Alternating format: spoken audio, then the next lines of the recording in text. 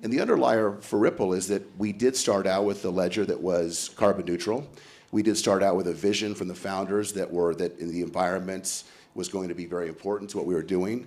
And we've lived that for the last 10 years of doing things like signing the Crypto Climate Accord, and we'll talk about later in the panel, kind of going after the carbon credit market and getting a creator fund around that. And so I think that to me is this balance that you laid out, is the business model and then how you're doing it together have to be in concert and not be at odds with each other. Thanks for that broader framing. Sjörg, I wanted to come to you. You obviously are the Chief Digital Officer for Mastercard. I mean, you've been pioneer in digital financial payments of all sorts.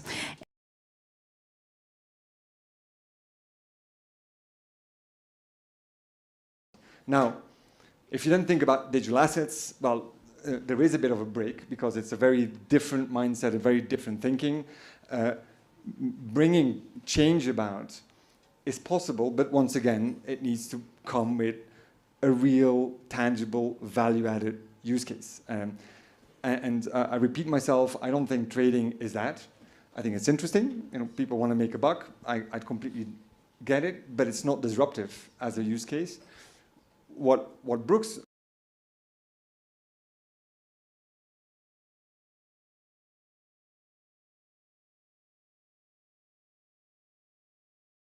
mentions, improving cross-border payments is actually a real need and a real opportunity and a real use case where digital assets could provide solutions. Programmability and eliminative counterparty risk is a huge opportunity, I think. And so I do believe the case is absolutely there, but we need to come back to what is really needed. And right now there's a real trust deficiency into that system, which essentially means that it will be very hard right now to bring the financial ecosystem along. And so we need to actually fix that. We need to fix the trust in the underlying asset. We need to fix the trust in the counterparty and fix identity on public blockchain. And we need to provide the right consumer protections and the user experience that comes with it. So it's a lot of work to be done. I still, despite any crypto winter, which has all to do with non-blockchain related practices, by the way, and it's all to do with the trading use case, which frankly is not so interesting, the base case is still there, absolutely.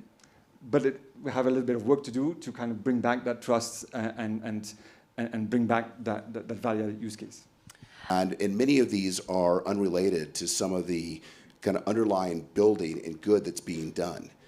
It's just getting the noise in the way of the real signal of what we're all trying to do. And so exchanges and trading are exciting. They're an important part of the ecosystem, but they're one element.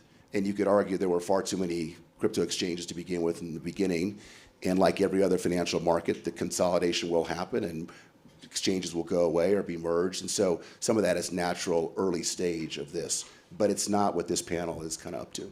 Every day, when we think about the opportunities, especially around climate, because that's a topic today and relevant right now, what can we do there? We think our blockchain technology is interesting. We have some capital that we can help fund innovation on that blockchain. And there's markets like the carbon credit markets where we see some similarities to some of the inefficiencies, regulatory issues, Wild West nature that crypto is seeing. We could bring some of our learnings, as humble as we are about that, to that. And if we all do that as an industry, we'll make some progress here. But we got to lock arms and move together now.